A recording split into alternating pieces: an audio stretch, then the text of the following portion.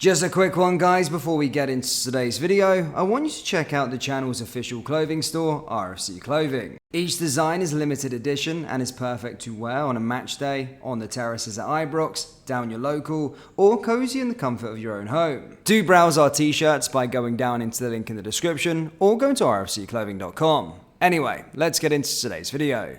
And hello everybody, welcome back to the channel, guys. Hope you're all well. Before we do get into today's video, as always, please do smash that like button and subscribe to the channel for daily Rangers content. Guys, in today's video, as always, here to bring you up to date with all of the latest Rangers news from the last 24 hours. And actually, we've got a few talking points to discuss, as Philippe Clement has kind of came out, spoke about our sort of transfer update, spoke about the players that we currently have, and almost pleaded with the board with regards to bringing more additions. We'll discuss that, of course, a bit later on, but Mr. John Bennett has finally came out and apologised to Rangers fans and sort of stated that we will, of course, be going to Hampden Park as our temporary home. He said, firstly, I'd like to apologise on behalf of the club for the uncertainty this delay project has caused to our season ticket holders, hospitality clients, partners, and the wider support of this football club. The number of variables in this situation has made it extremely difficult to bring the only thing we all crave, certainty. Nevertheless, we are closing in on one of the most immediate solutions, a suitable venue at which to fulfill our fixtures and to house our support.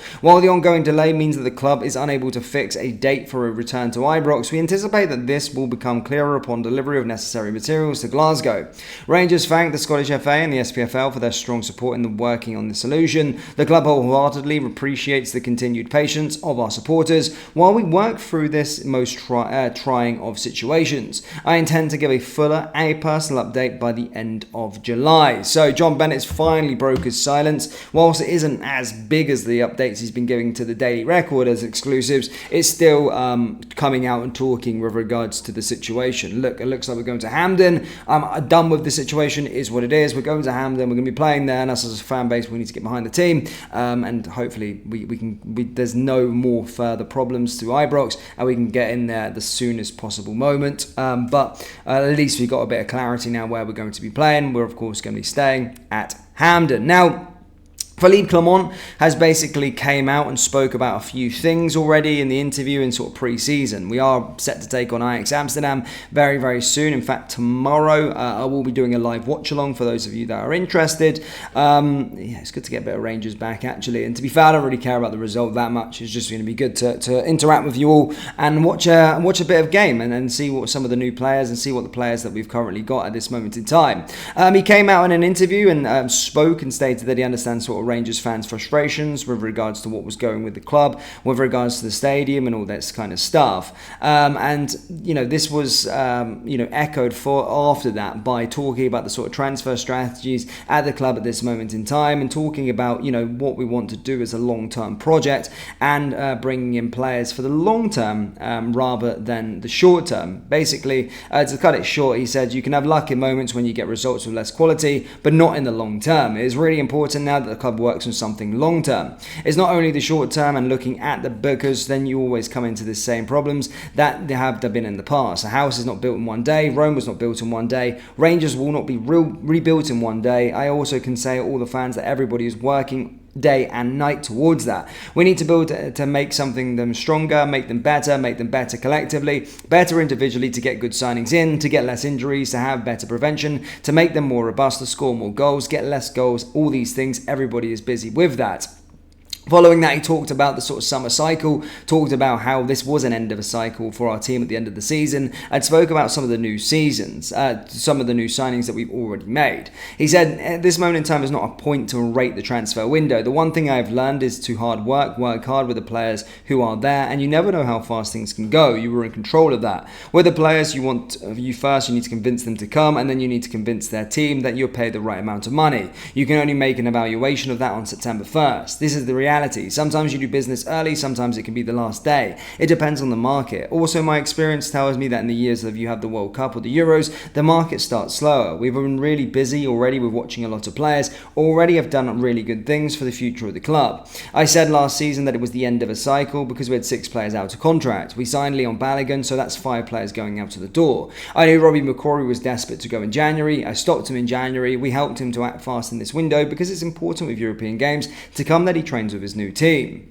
Basically, he also went on to speak about some of our newer signings. He said, we have some players who have come in who are longer term, like Clinton Asila. He has a lot of talent, he has a lot of experience, and needs to learn a lot of things. I don't expect him to be a starting player. The same as with Hamza Igamane, he will not be ready to start. He's never trained or played physically at this level. He comes out of a holiday too, so we need build-up. We have another players like Connor Barron and Hefty who can get there faster. It's not easy to replace 5 players, and Robbie also without money coming into the club. This is not an easy thing. It's focusing on everyone to get the best out of them. We have players coming back from long-term injuries, several in fact. We cannot train them in the same way. Several won't be ready for 90 minutes. I know that, so I'll have a lot of things to do. We have to focus on every single individual story and how to get the best of them. Sorry, so that was kind of long, obviously spoke there, but a lot of detail with regards to certain things. And now a lot of Rangers fans have actually taken to social media and maybe take these comments the wrong way. It's a bit of a split in the fan base. Some fans are kind of furious with those words, but that's not to be directed at Philippe Clement. Guys, this is an urgent plea. I can see that. You know, what he's trying to do is plead to the board, come out publicly and stated, yes, we want to build a long-term future for this. We want to build a long-term project to this club. I've been saying it for fucking ages. I said, forget about the trophy toll that Celtic will overtake. They're going to overtake it. We've been so short-term with our goals over the last 5, 6, 7 years. It's always been about stopping another team from getting or equaling a trophy count. What was it? 10 in a row. We just chucked so much stuff at it to stop 10 in a row. We never really had a long-term vision. That was clear. That's why we shat the bed the season after we won 55, because we put our feet up, and that was the board's aspirations done, stopping 10 in a row, and that almost felt like the end of a cycle. We were never focusing on our own garden, and that's been apparent over the last few years with our transfer approaches and us having these rebuilds every single summer. You can tell very clearly that we are very, very short-term, and a lot of Rangers fans getting emotionally attached to, of course, the trophy toll, and great. That's something that we like, and that's something we're proud of, that we have the most league titles and all this kind of stuff. But it's going to be overtaken by Celtic. Sometimes you have to take a step backwards to take a long-term path. Sometimes we can take a couple of years of pain, growth pain, and then we can go on to a dynasty and dominate for a long period of time, and in time then overtake Celtic with that transfer strategy, and take over Celtic with our trophy count and all these kind of things. But what I see from those comments is that yes, we are going for a long-term future, but Philippe Clement has also stated there that the players that the board have signed are not ready to start. So he's almost stating that we still need more players in through the door, and that the players that actually have gone out of the door haven't been replaced. Clement is on our side by those comments. And actually, what's he going to say? You know, he's going to say that we're ready to go yet. No, he's not. He's still stating that there's a lot of work to do. He's happy with the younger players brought in, but we need to evaluate come the end of the summer. So he is kind of giving an urgent plea to the board and saying, look, we need more players in through the door. And if this board don't back Rangers and don't back Philippe Clement, then it's suicidal. Because if our back four is anything the like of Tavernier, Goldson, Suter and Ridvan in that game against Tynecastle, we're in fucking trouble. We're in massive amounts of trouble. There is so much work to be done in this transfer window. And whilst I can understand some transfer targets never always go over, I can also understand that the European market and the Copa America is causing the market, of course, to slow down. But it doesn't mean, you know, we've had 4 players, I think, now already that we've missed out on that were targets. If Philippe Clement and Niels Koopman identified those targets to come into the club, then the Rangers board should be doing absolutely everything possible to get those players in through the door. Damien Garcia, Cordoba, Ramonari, Kabadai, already 4 players there. And as I stated, we're just at the start of July. Or midway through July, we've missed out on 4 targets. If they were targets that Niels Koopman and Philippe Clement had wanted, the Rangers board must back them and try and get them in through the door. And there's a lot of work to do from now, the 12th of July, all the way over to the 3rd of August. We've got so much work to do. And granted, a lot of our business might be done in the last few weeks of August, but the Rangers board absolutely must back Philippe Clement. I understand we have a long-term approach, and I do love the idea of a long-term approach. And yes, we should keep on picking these youngsters and developing them like Clinton, like Hamza, like these kind of players going forward. But absolutely, we still need some experience. We still need players in through the door, and that's what Philippe Clement is trying to say with regards to that interview. I can see him pleading, trying to tell the board that we need to make more signings very, very soon. And actually, I think he said everything absolutely correct.